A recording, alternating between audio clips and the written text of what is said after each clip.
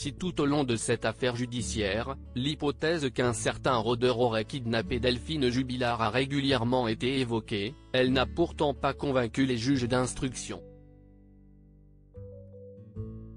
En effet, comme l'a souligné Le Parisien, jeudi 1er décembre, lors de son dernier entretien avec la justice, Cédric Jubilard a pu partager quelques confidences sur ce qui aurait pu arriver à son épouse.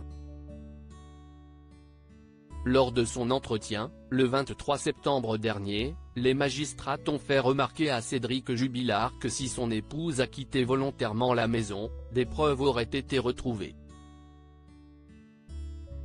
En effet, l'hypothèse d'une certaine promenade nocturne ou d'un rendez-vous avec une tierce personne suivie d'un enlèvement ou d'une séquestration a rapidement été contredite par ces dernières. Pour cause, le chien spécialisé de la gendarmerie, mobilisé dès le 16 décembre, n'a relevé aucune trace olfactive fraîche de la jeune mère autour de sa maison. Un élément qui a ainsi balayé l'hypothèse de la fugue.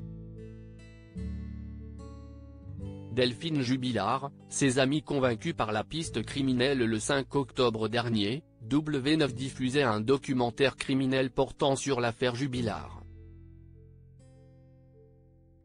Face caméra, Amy, une des amies de l'infirmière cagnacoise, avait partagé quelques mots sur ce qui aurait pu arriver à son amie.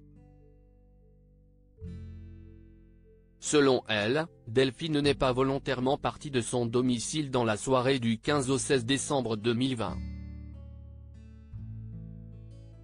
Je n'y crois pas du tout, qu'elle est partie d'elle-même, ça, si est sûr et certain.